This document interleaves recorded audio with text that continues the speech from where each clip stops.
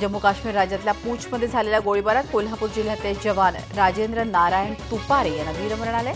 सकाळी त्यांचं पार्थिव बेळगावहून कारवेसाठी रवाना झालं। बेळगावमध्ये मराठा लाईट इन्फंट्रीच्या जवानांकडून त्यांना श्रद्धांजली वाहण्यात आली। शहीद राजेंद्र यांचं पार्थिव कोल्हापूर जिल्ह्यातील कारवे या त्यांच्या मूळ गावी अंत्यदर्शनासाठी काही काळ ठेवलं जाणार आहे। त्यानंतर शाळेच्या मैदानात राजेंद्र यांच्या पार्थिवावर लष्करी इतमामात अंत्यसंस्कार केले जातील। राजेंद्र तुपारे हे 22 मराठा इन्फंट्री युनिटचे जवान होते। राजेंद्र यांच्या पश्चात पत्नी, 9 आणि 5 वर्षांची 2 मुलं, आई वडील आणि 2 भाऊ बहीण असा परिवार आहे। केंद्राच्या पाठोपाठ राज्यातही आर्थिक वर्ष 1 जानेवारी ते 31 डिसेंबर ठेवता येईल का, याबाबत चाचपणी सुरू झालेली आहे। याबाबत प्राथमिक अभ्यास केल्यानंतर अतिरिक्त मुख्य सचिव DK जैन यांच्या अध्यक्षतेखाली समिती स्थापन करण्यात आली आहे। यात प्रधान सचिव व्ही गिरिराज आणि मीता लोचन यांचा समावेश आहे। ही समिती आर्थिक वर्षात बदल करण्याची गरज आहे का, केलं तर काय फायदा होईल, काय नुकसान होईल याचा अभ्यास करून अर्थमंत्र्यांना अहवाल देणार आहे। 1 महिन्यात हा अहवाल येणं अपेक्षित आहे। भाऊच्या धक्क्याच्या ठिकाणी नूतनीकरण केलेल्या प्रवासी धक्क्याचं उद्घाटन मुख्यमंत्री देवेंद्र फडणवीस आणि नितीन गडकरी यांच्या उपस्थितीत करण्यात आला। आता भाऊच्या धक्क्याहून प्रवास करताना बोटीची वाट बघण्यासाठी प्रतीक्षालय तसंच खाद्यपदार्थांचे स्टॉल्स, स्वच्छतागृह अशा सुविधा असणार आहेत। लवकरच मुंबईच्या पूर्व किनाऱ्यावर नियमित प्रवासी वाहतूक सेवा सुरू होणार आहे। त्यामध्ये 4 चाकी हलकी वाहने सुद्धा नेता येणार आहेत। भाऊचा धक्का ते मांडवा आणि नेरूळ अशी सुविधा सुरू होणार आहे। तेव्हा या सेवेसाठीच्या टर्मिनलचं भूमिपूजन मुख्यमंत्री आणि नितीन गडकरी यांच्या हस्ते करण्यात आलं। हे टर्मिनल 4 एप्रिल 2018ला प्रवासी वाहतुकीकरता खुलं होणार आहे।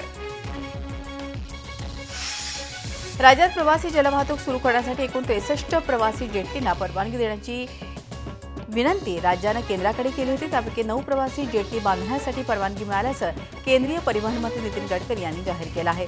राज्यात बोरीवली, गोराई, वसई, भाईंदर, विरार, मनोरी, मालवण, घोडबंदर या ठिकाणी प्रवासी जेट्टी बांधल्या जाणार आहेत। लवकरच या जेट्टी बांधण्यासाठी निविदा प्रक्रिया आणि प्रवासी जलमार्ग निश्चित करण्याबाबत निर्णय घेतले जाणार आहेत। कार्गो, पॅसेंजर आणि टुरिझम याच्याकरता आम्ही एकंदर 60 प्रपोजल आम्हाला 69 प्रपोजल महाराष्ट्र शासनाने दिले।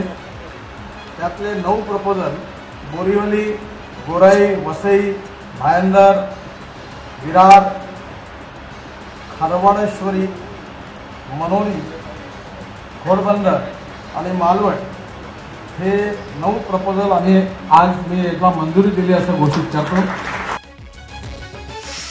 पुणे मेट्रोचं काम नागपूर मेट्रो कंपनी करणार नाही असा खुलासा केंद्रीय मंत्री नितीन गडकरी यांनी केला आहे। नागपूर मेट्रो कॉर्पोरेशनकडे केवळ 6 महिन्यांसाठी तात्पुरता चार्ज दिलेला आहे। पुणे मेट्रोचं काम महाराष्ट्र मेट्रो कॉर्पोरेशन या कंपनीकडून केलं जाईल। येत्या 2 आठवड्यात केंद्रीय मंत्रिमंडळाची पुणे मेट्रोला सर्वच पक्षांनी जोरदार विरोध केला होता। मात्र आता गडकरींच्या खुलाशामुळे या वादावरती पडदा पडणार आहे। मुळामध्ये नागपूर मेट्रो किंवा मुंबई मेट्रो म्हणजे ही कुणी त्या शहराची मेट्रो नाही आहे। ही जी मेट्रो नागपूर मेट्रो यात महाराष्ट्र सरकार आणि भारत सरकार यांची इक्विटी आहे। आणि आता असा निर्णय झालेला आहे की महाराष्ट्राचीच एक महाराष्ट्र मेट्रो रेल्वे कॉर्पोरेशन होईल आणि महाराष्ट्रातल्या सगळ्या मेट्रोचं काम त्या कॉर्पोरेशनच्या अधीन होणार आहे। चांदवड नगर पंचायतीच्या विविध विकास कामांच्या लोकार्पण कार्यक्रमासाठी नाशिक जिल्ह्याचे पालकमंत्री गिरीश महाजन हे आले होते। या कार्यक्रमानंतर सटाणा, मनमाड, नांदगाव, येवला येथील नगरपालिका निवडणुकीच्या पार्श्वभूमीवर भाजप कार्यकर्त्यांची बैठक घेण्यात आली। या बैठकीमध्ये नांदगाव आणि मनमाड येथे स्वबळावर लढण्याचं निश्चित झालं। येवला येथील निवडणुकीमध्ये भुजबळांच्या अनुपस्थितीमध्येही भाजप सेनेमध्ये चिंतेचं वातावरण आहे। फिसकटलेल्या युतीसाठी प्रयत्न चालू असल्याचे आणि ती होईलच अशी आशा पालकमंत्री महाजन यांनी व्यक्त केली असली तरी भाजपचे वाढीव उमेदवार युती होऊ नये यासाठी आग्रही आहेत। नाशिक जिल्ह्यात थंडीचा कडाका वाढत चाललाय। सोमवारी जिल्ह्यातला पारा 10 अंशांच्या खाली घसरला। निफाडमध्येही तापमान 9 अंशांपर्यंत खाली आलंय। गेल्या काही दिवसांपासून 11 ते 13 अंशांच्या दरम्यान असणारे तापमान आणखी खाली घसरल्यानं द्राक्ष उत्पादकांच्या काळजाचा ठोका सुकायला सुरुवात झाली आहे। गव्हाच्या पिकाला मात्र या थंडीचा फायदा होणार आहे, तर या थंडीमुळे जनजीवनावर परिणाम जाणवतोय। नाशिक शहरामध्ये किमान तापमान 10.2 रेकॉर्ड करण्यात आलेलं आहे, जे की या सीझनमधलं सगळ्यात कमी तापमान आपल्या नाशिकमध्ये रिपोर्ट झालेलं आहे. आणि जर आपण मागच्या वर्षीचा विचार केला तर ह्याच दिवशी 7 नोव्हेंबर 2016ला 14.7 डिग्री सेल्सिअस तापमान नोंद झाली आहे. पुण्यातील वानवडी अपंग कल्याणकारी संस्थेच्या हीरक महोत्सवी वर्षानिमित्त संस्थेच्या दिव्यांग विद्यार्थ्यांकरता दीपोत्सव कार्यक्रम आयोजित करण्यात आला होता. या दीपोत्सव कार्यक्रमात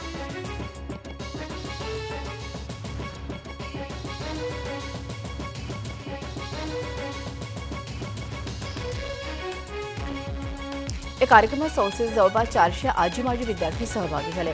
संस्था हीरक महोत्सवी वर्षात प्रवेश करत असल्यानं संस्थेबद्दल कृतज्ञता व्यक्त करण्यासाठी अपंग कल्याणकारी संस्थेच्या आजी माजी विद्यार्थ्यांनी एकत्र येत दीपोत्सव साजरा केला.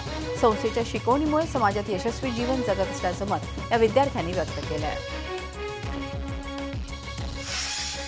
पुण्यातल्या हडपसरमध्ये एका पोलीस कॉन्स्टेबलचा मृत्यू झालाय. राम नागरे असं त्याचं नाव आहे. हृदय क्रिया बंद पडल्यानं त्यांचा मृत्यू झाल्याचं समोर येत आहे. पोलीस खात्याअंतर्गत होणाऱ्या पोलीस उपनिरीक्षक पदाचा सराव सुरू होता. हडपसरच्या SRPF मैदानावर हा सराव सुरू होता.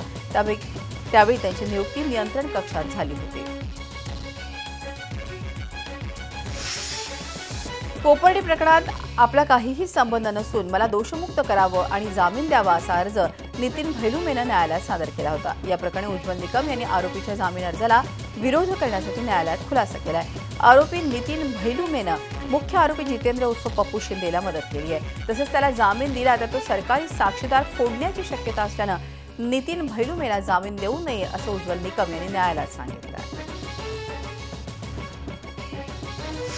राज्य सरकार राबवत असलेल्या सेल्फी उपक्रमाला राज्यभरातील शिक्षकांनी विरोध दर्शवला. प्राथमिक शिक्षकांच्या या उपक्रमाला विरोध दर्शवत आंदोलनाचा पवित्रा घेतलाय.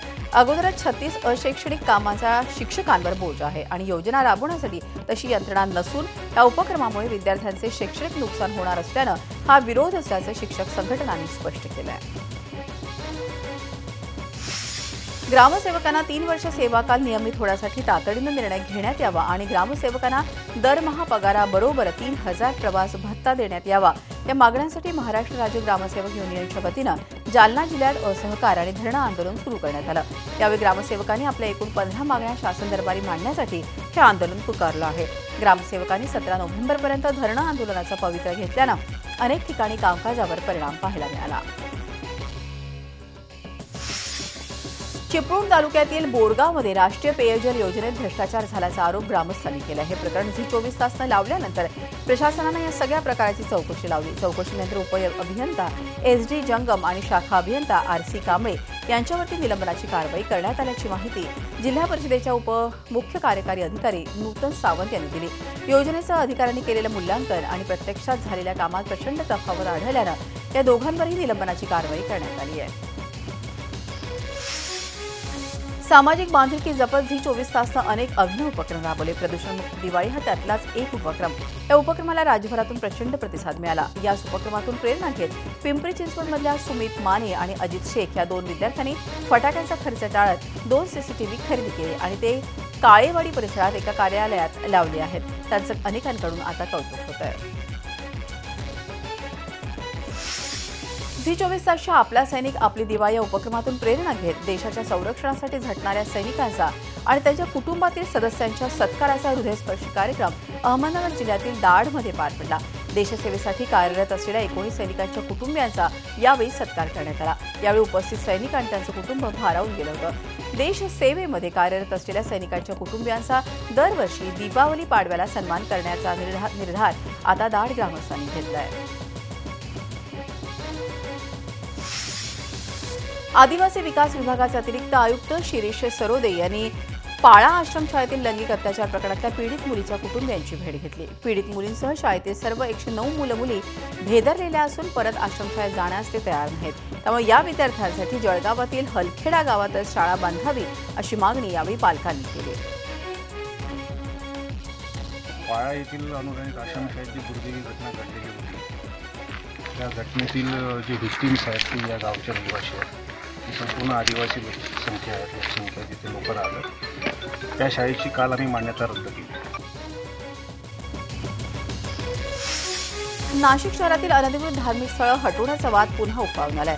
उच्च न्यायालयाच्या आदेशानुसार शहरातील 2009 नंतरची अनधिकृत धार्मिक स्थळं हटविण्याची तयारी प्रशासनाकडून केली जात असतानाच या स्थळांना हात लावू देणार नाही असा पवित्रा भाविकांनी घेतलाय।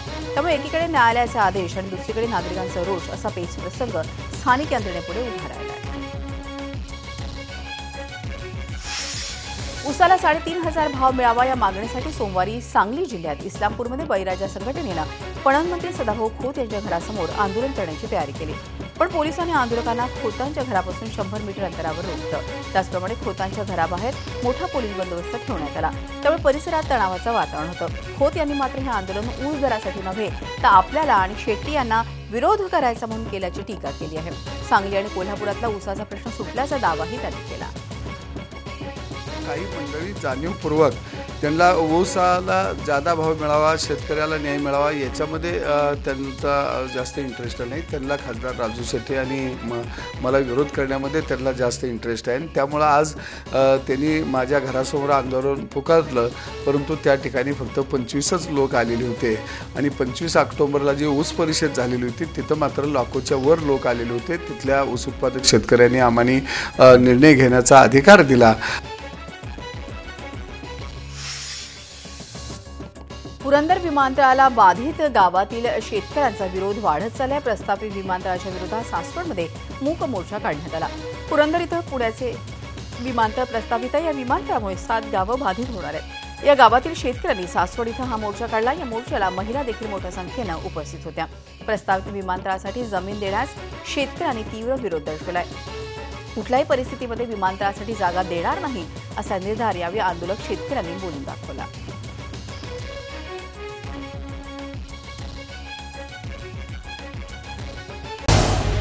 झी 24 तास रहा एक पाऊल पुढे।